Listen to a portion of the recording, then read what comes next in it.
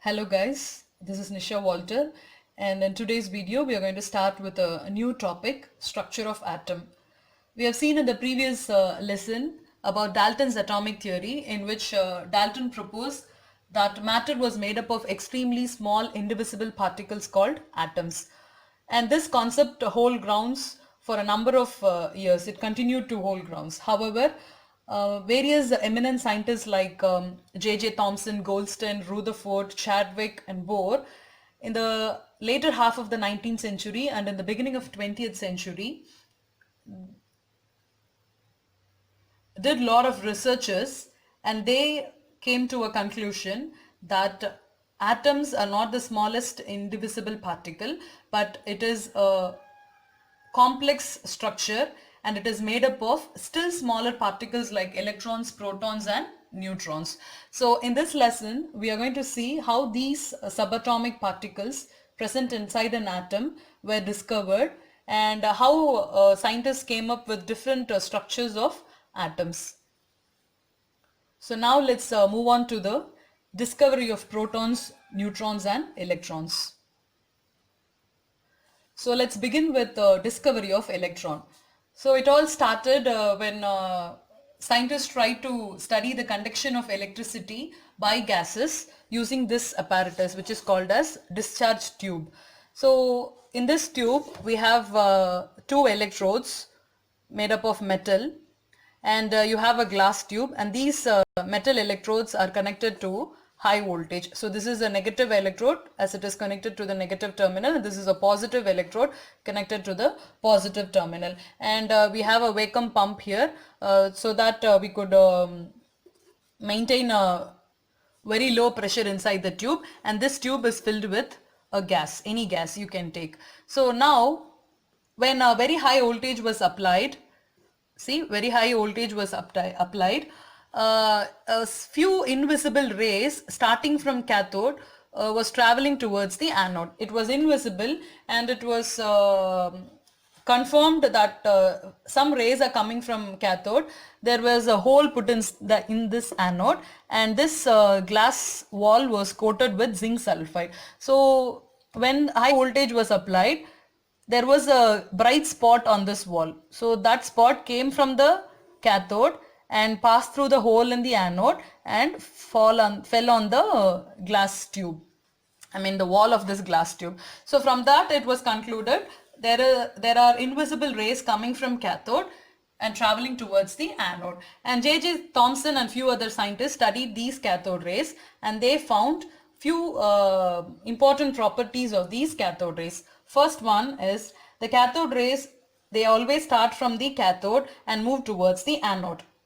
And second one, in the absence of electric or magnetic field, not this one, here near the tube, if you are not applying any electric or magnetic field, these cathode rays travel in a straight line. And when electric and magnetic field were applied, it was found that cathode rays behave just like a negatively charged particle, which means, for example, if you are applying a positive and negative charge to this tube, these rays which were traveling in a straight line, they bend towards the positively charged plate, which shows that these cathode rays are made up of negatively charged particles, and these negatively charged particles were named as electrons.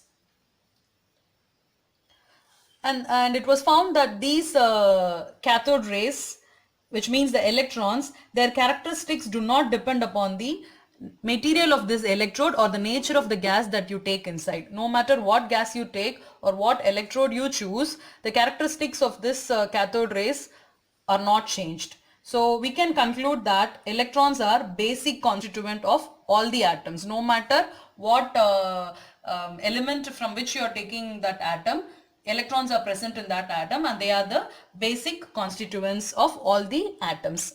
So this is how electrons were discovered. And now coming to the discovery of proton, we can take the same discharge tube. You know what led to the discovery of protons? We all know that atom as a whole is neutral. And now what is discovered? electrons are discovered which are negatively charged. So when there is a negatively charged particle, there should also be a positively charged particle so that the atom is neutral. So this is what urged Goldstein to look into the discharge tube again, and there he found that some rays were coming from this side towards the cathode, not from anode, but they are traveling towards the cathode. And later it was found these anode rays, it was named as anode rays as they were moving towards the cathode, and these anode rays are formed when these fast moving electrons bombard on the gaseous atoms inside. We already took gas inside this tube and we applied high voltage and we found electrons are coming from the cathode. When these fast moving electrons bombard on the gaseous atom, they knock out electrons from that atom. So after losing electron, the gaseous atom becomes positively charged, and these are the origin of anode rays. So these positively charged gaseous atom, they travel towards cathode because it is negatively charged. So they move from this side to this side, and that's the reason they are named as anode rays. And these anode rays are made up of material particles, and these particles are positively charged. And this is found by the same experiments we did for cathode rays, and we found that cathode rays are made up of negatively charged particles. Same way, anode rays are made up of positively charged particles. And it was found the mass of the particles constituting the anode rays are found to be different for different gases taken in the discharge tube. Further experiments revealed that when hydrogen gas is taken inside the discharge tube, the particles of the anode rays have minimum mass. That is, the lightest positively charged particles are produced when we take hydrogen gas inside it. When we take any other gas other than hydrogen, the mass of the particles were found to be multiples of the mass of the particles discharged during the hydrogen gas taken in the discharge tube.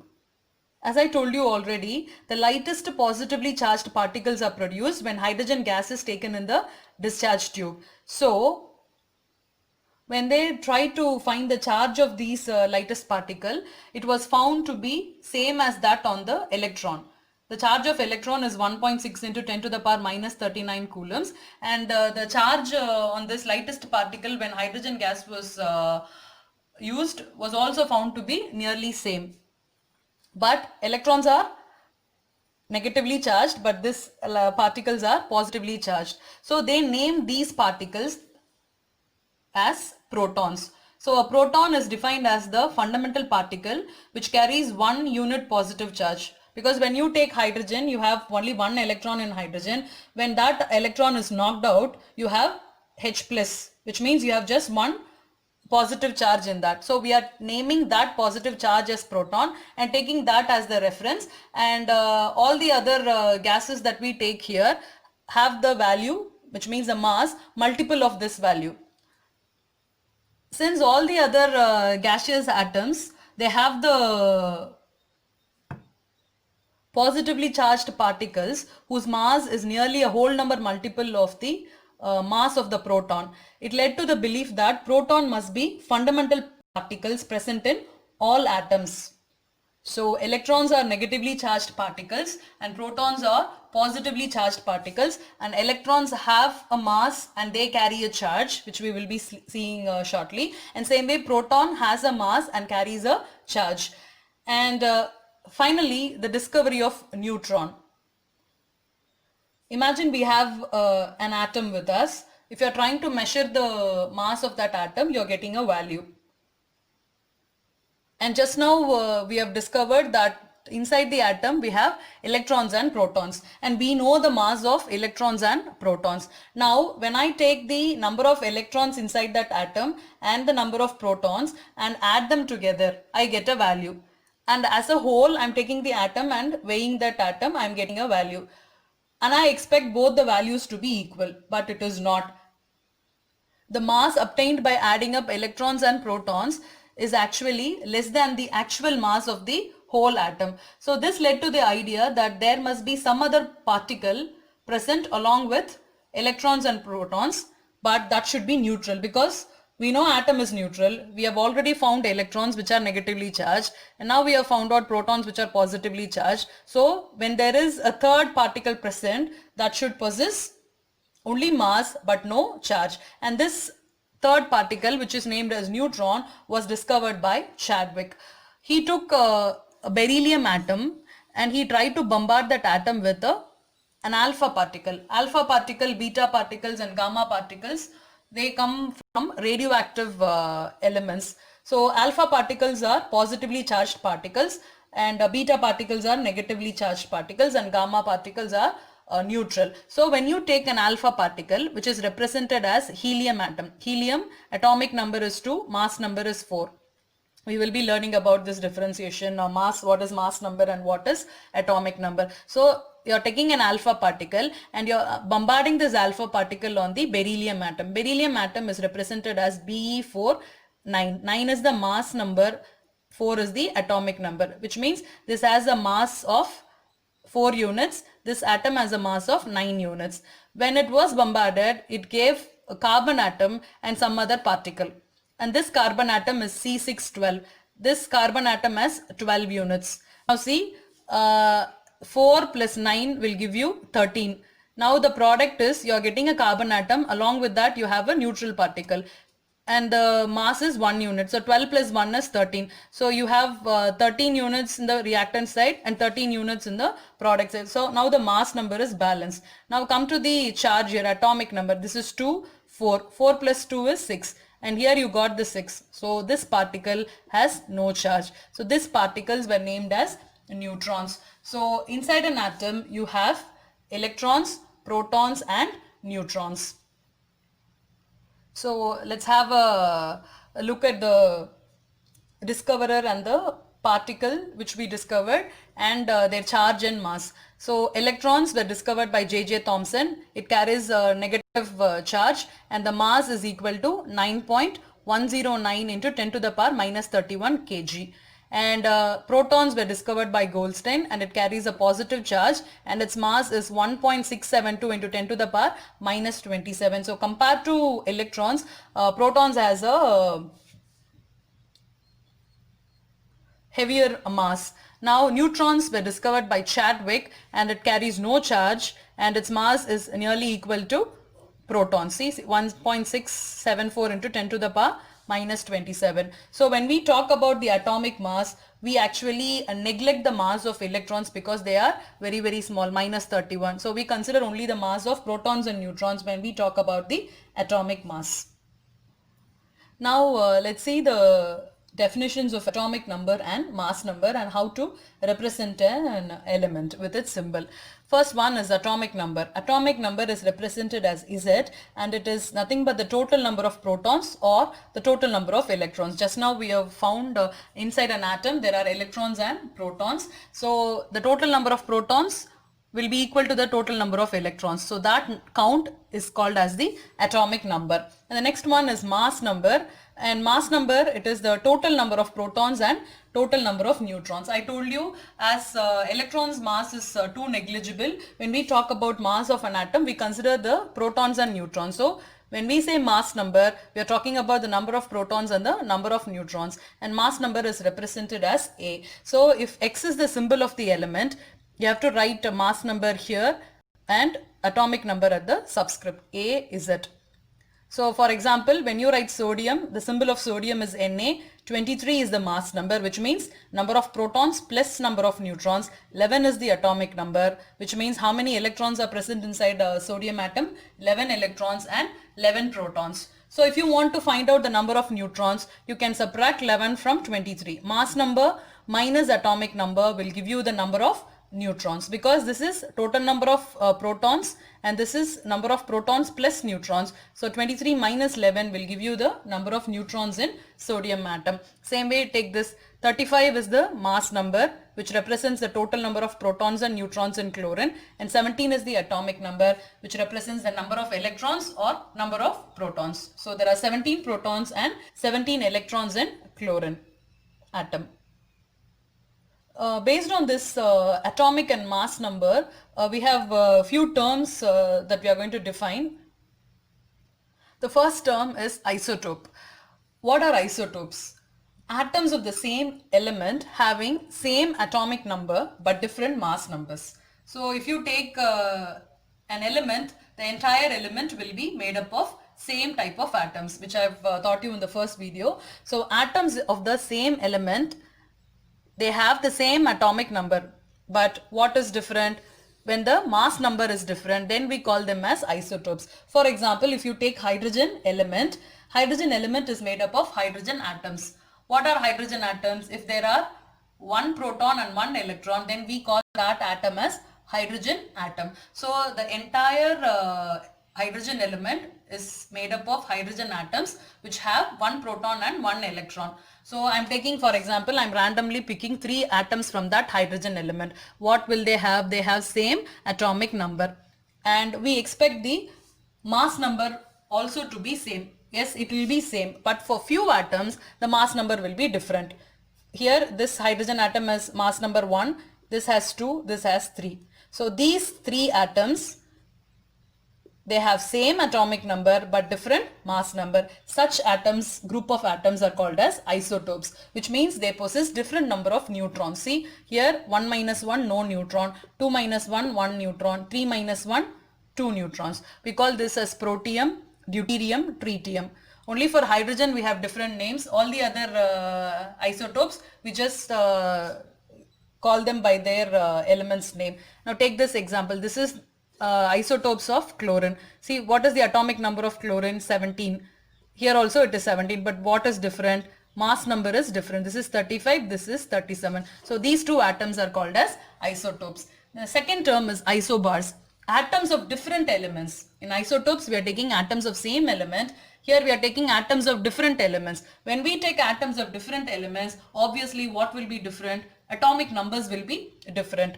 But those atoms whose atomic number is different, but when they have same mass number, we call them as isobars. Now look at this example: argon, potassium and calcium. Argon's atomic number is 18, potassium is 19, calcium is 20. But look at the mass number. They have the same mass number. So these group of atoms are called as isobars. Now come here. The third one is isotones. Isotones, when atoms of different elements, when they have same number of neutrons.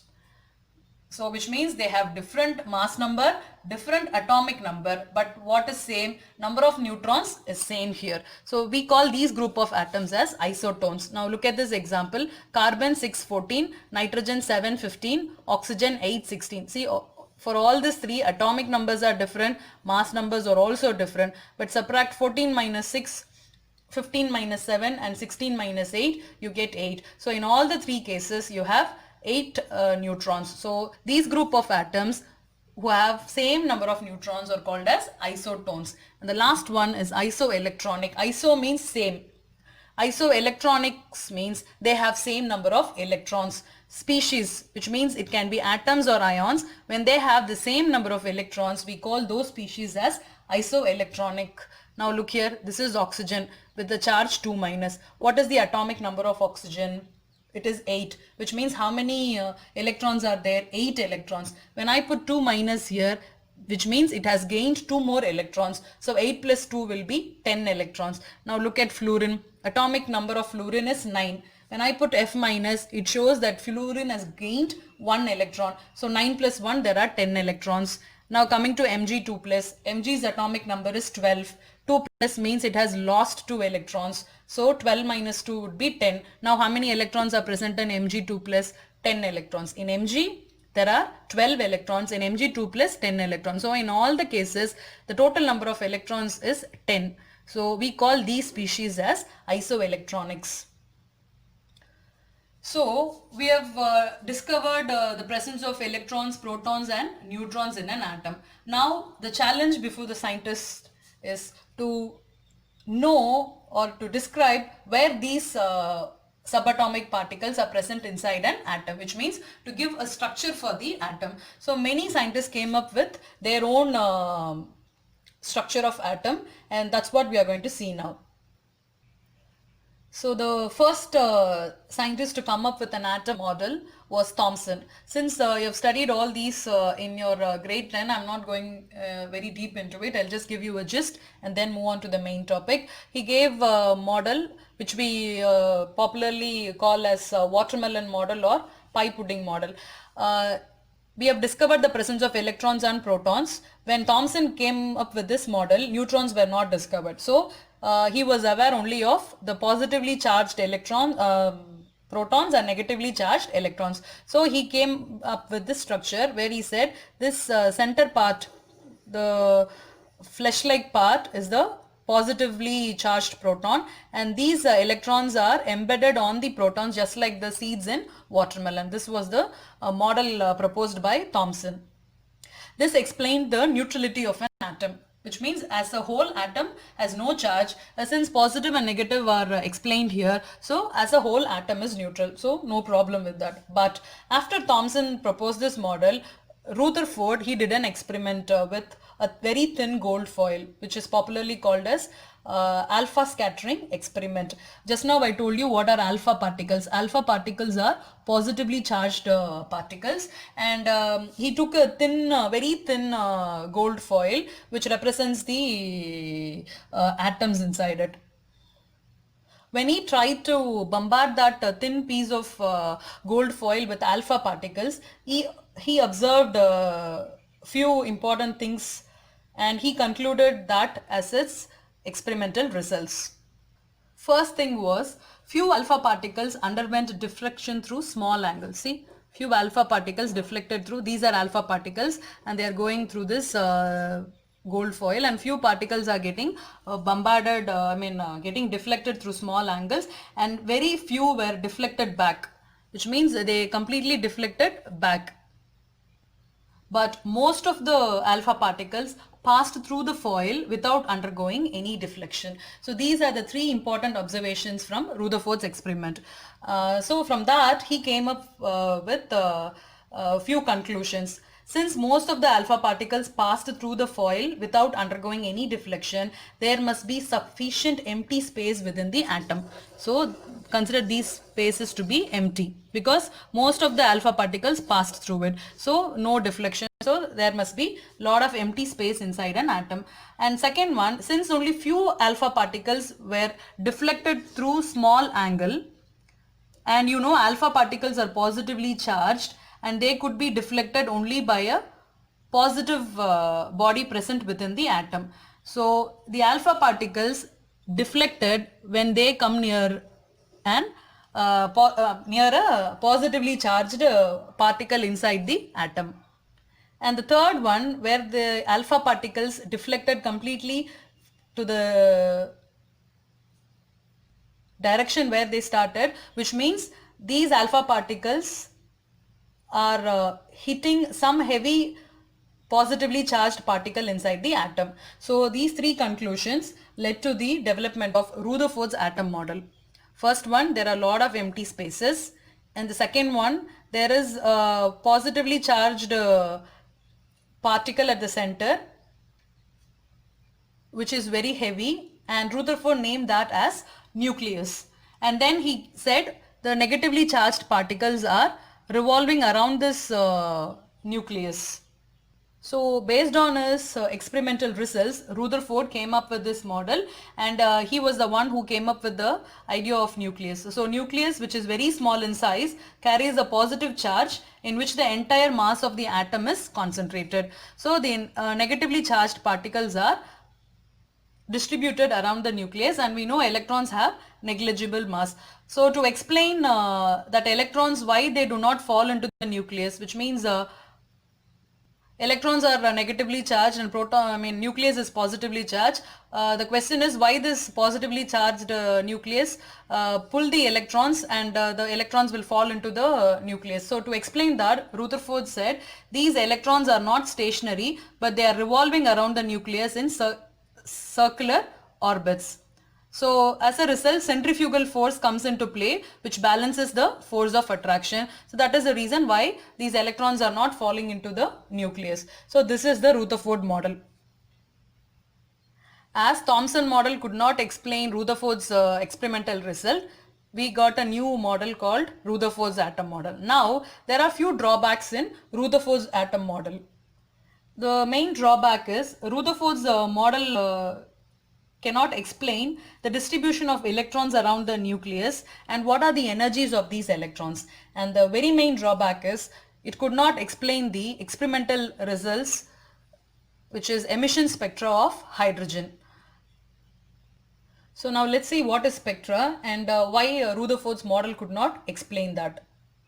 Actually, this spectra is omitted in your syllabus, but just to understand why we don't consider Rutherford's model and why we have Bohr's atom model. What is the need for Bohr's atom model? So I am explaining you this, but this is not in your syllabus. So see, if you take a white light, okay, and this is a slit through which the light can pass, a small hole. When you take a white light and pass it through a prism, and you know it undergoes dispersion. So this white light splits into 7 colors. See, we have VIBGR, 7 colors: violet, indigo, blue, green, yellow, orange and red. So you get this is a photographic plate. In that plate you get these 7 colors. We call this as continuous spectra because these colors are overlapping one over the other and it is continuous. We call this as continuous spectra. Now, if you take any chemical compound, any element, for example, you are taking NaCl. If you take any compound and you heat it in a Bunsen flame, you are giving some heat energy and pass that radiations through a prism. Here you took a white light and you directly send that through a prism and you got 7 colors. Here you are taking NaCl and heating it in a flame and sending those rays through the prism. Now, that is recorded in a photographic plate. If you look into that photographic plate, you're getting some colored lines. If it is NaCl, you're getting 2 colored lines at 2 wavelengths. Okay, so we call this as emission spectra because it is emitting colored lines. We call this as emission spectra. And the last one, same experiment. You are taking a white light. Before passing into the prism, you are passing it into NaCl solution. Here we took NaCl and we burnt it. Here you are making a solution out of NaCl and passing this white light into NaCl solution and then passing it through the prism.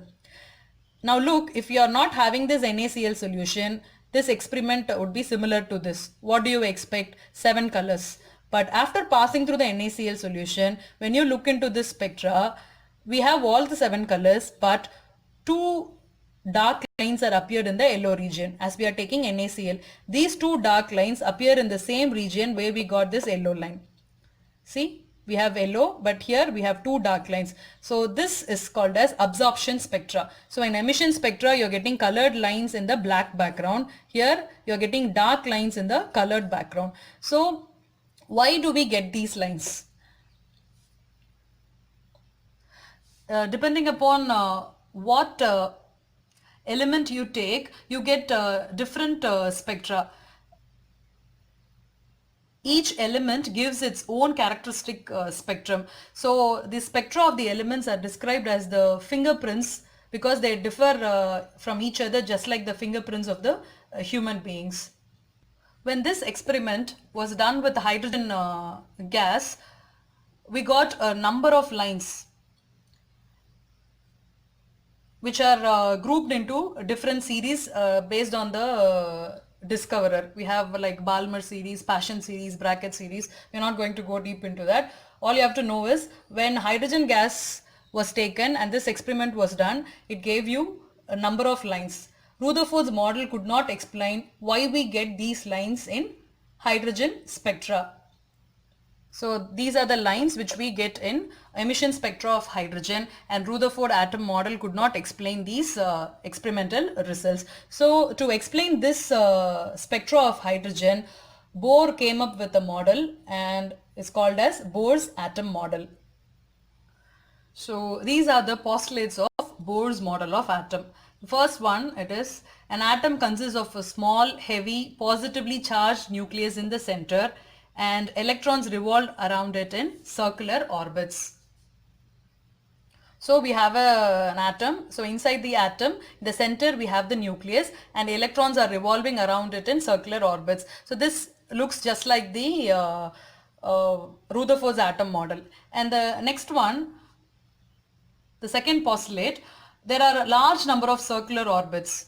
like this. We don't have just one orbit. There are large number of circular orbits, and the electrons revolve only in those orbits which have a fixed value of energy. So these orbits are called as energy levels or stationary states. When we say stationary, it does not mean that the electrons are stationary, but it means that the energy of the electron revolving in a particular orbit is fixed and does not change with time. So the different energy levels, which means the orbits, are numbered as 1, 2, 3, 4, or they are designated as KLM. So this is the second postulate of Bohr's atom model. As we said, different stationary states have fixed energy. The energies of different stationary states in case of hydrogen atom, because Bohr's atom model actually came up to explain hydrogen atoms spectra. So hydrogen atoms different stationary states have energies, and it is given by En is equal to minus 2.18 into 10 to the power minus 18 divided by n square joule. This n represents this number. If it is orbit, first orbit, n is 1. So n square would be 1 square. If it is in the second orbit, if you want to calculate the energy of the second orbit, you put 2 square. Here it is E2. So this is the expression to find the energies of different stationary states. And the unit taken here is joule. But you can calculate the energy in terms of electron volt also. See, 1 electron volt is equal to 1.6022 into 10 to the power minus 19 joule. So if you are substituting that value, multiplying here, you are getting 13.6 divided by n square. So if it is in joule, it is 2.18. See, negative 2.18 into 10 to the power minus 18 by n square. If it is in electron volt, negative 13.6 by n square. Now, you know what is n? They stand for first, second, third orbit. For the first energy level, n is equal to 1. Second energy level, n is equal to 2. Now, when we are representing the energy of the electron, we are putting a negative sign here. So, what is the significance of this negative sign? When the electron is at infinite distance from the nucleus, there will not be any force of attraction on the electron by the nucleus. So, the energy of electron at infinite distance from the nucleus is taken as 0 because there is no force of attraction. Now, when the electron moves towards the nucleus from infinite, if the electron tries to move towards the nucleus, what will happen?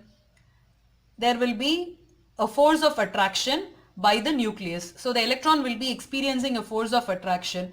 As a result, some energy is given out. Already the energy of electron is 0. Now it becomes negative as it loses some electron. So hence the energy of the electron becomes less and less. This explains why the energy decreases as we move from the outer orbit to the inner orbits. When you calculate and see the value, you can see as you move from the outer orbit to inner orbit, the energy decreases. So this is the reason why we take the energy to be negative. And now the third postulate of Bohr's atom model, energy is emitted or absorbed only when electrons jump from one orbit to the other. See, for example, I have an electron here in the first orbit, and now it is trying to jump from the first orbit to the third orbit. See, this is the initial level and this is the final level, which means first, second state. Not this number does not represent the orbit. So first state is in the first orbit and the second state is in the third orbit. So when electron, see, this is an electron and this is also an electron. Whenever energy is supplied to an atom by subjecting it to electric discharge or high temperature, an electron in the atom jump from its normal energy level, which we call as ground state, to some higher energy level by absorbing energy. A certain amount of energy is absorbed when an electron wants to jump from a lower energy level to higher energy level. Same way, the lifetime of the electron in the excited state is short. It immediately jumps back to the lower energy level by emitting energy in the form of light. See, here the electron from the excited state is jumping back to the lower energy level. So in that process, it is emitting radiation. So the amount of energy emitted or absorbed by an electron when it jumps from a lower energy level to a higher energy level or from higher energy to lower energy, it is given by the formula delta E is equal to E2 minus E1. So E2 and E1 are the energies of the electron in the higher energy level and the lower energy level. So this is the higher energy level and this is the lower energy level. And we have seen already each energy level is associated with a certain definite amount of energy. So therefore, energy is always emitted or absorbed in certain discrete quantities, which is called as quantas or photons, and they cannot have any other continuous value. They have exact values of energy. In other words, we can say electrons can jump from one orbit to another orbit. They cannot flow from one level to another level. So we call this as energy is quantized. See here, the energy of an electron in the orbit does not change with time. So the energy change does not take place in a continuous manner. So we say energy of an electron is quantized. Same way, like energy, angular momentum of the electron is an integral multiple of h by 2 pi. Angular momentum, see look here, angular momentum is equal to moment of inertia into angular velocity. So angular momentum is just like angular velocity. It is a variable which is discussed for objects which are in circular motion. And here we know electrons are revolving around the nucleus in circular orbit. So we are talking about angular momentum. So it is equal to moment of inertia into angular velocity, and we know moment of inertia is represented as I, angular velocity is omega. If it is linear velocity, which means the object is traveling in a straight line, then we use the letter V for linear velocity. Now for angular velocity it is omega, and we know I, moment of inertia, is equal to mass into radius, square of the radius. Here since we are talking about electrons, we are taking the mass of the electron into square of the radius of the orbit, and omega is the angular velocity, and that is equal to linear velocity by radius. So substituting these values here, you get MER square, which is the I value, and for omega V by R, this R and this R gets cancelled, you get MEVR. So this is the angular momentum. Mass of the electron into velocity into radius of the orbit is the angular momentum of the electron. And according to Bohr's theory, energy of an electron is quantized. Same way, angular momentum of the electron is also quantized, and it is an integral multiple of h by 2 pi, which means MVR is equal to NH by 2 pi. This N is nothing but it can be any integer 1, 2, 3, 4. So MVR, the angular momentum, can have values like h by 2 pi where N is equal to 1, or 2h by 2 pi, or 3h by 2 pi. So the angular momentum is integral multiple of h by 2 pi. And here what is h? Planck's constant, which has a value of 6.626 into 10 to the power minus 34 joule second. And this model of atom given by Bohr successfully explained the hydrogen spectra. So he explained that the reason why we get lines in spectra is because of that absorption and emission of energy by electron when it jumps from one orbit to another orbit. So when it jumps from one orbit to another orbit and it emits radiation, you get that lines in the emission spectra. So Bohr's atom model was useful in explaining the stability of an atom, in explaining the spectrum of hydrogen. But there are certain drawbacks in Bohr's atom model. When we talk about hydrogen spectra, hydrogen atom contains only one electron. So the atomic spectrum consists of large number of lines, and it was explained by Bohr because when you take hydrogen gas, it has millions and millions of atoms, and each atom has an electron, and that electron can get excited and they can come back to the ground state by emitting or absorbing energy. So during this process we get multiple lines. So Bohr's atom model successfully explained the hydrogen spectra. But this model could not explain spectra of multi-electron atoms, which means not like hydrogen, which has only one electron. There are other atoms which have more number of electrons, but Bohr's atom model could not explain that. And same way, when you keep this hydrogen spectra, when you try to record the spectra in the presence of magnetic field or electric field, these lines get split. We call that a splitting of lines. But Bohr's atom model could not explain why these lines are splitted in magnetic and electric field, which are called as a Zeeman effect and Stark effect. And the main point in the drawback of Bohr's atom model, it's the inability to explain de Broglie concept and Heisenberg's uncertainty principle. So we will be seeing about these two topics in the next video.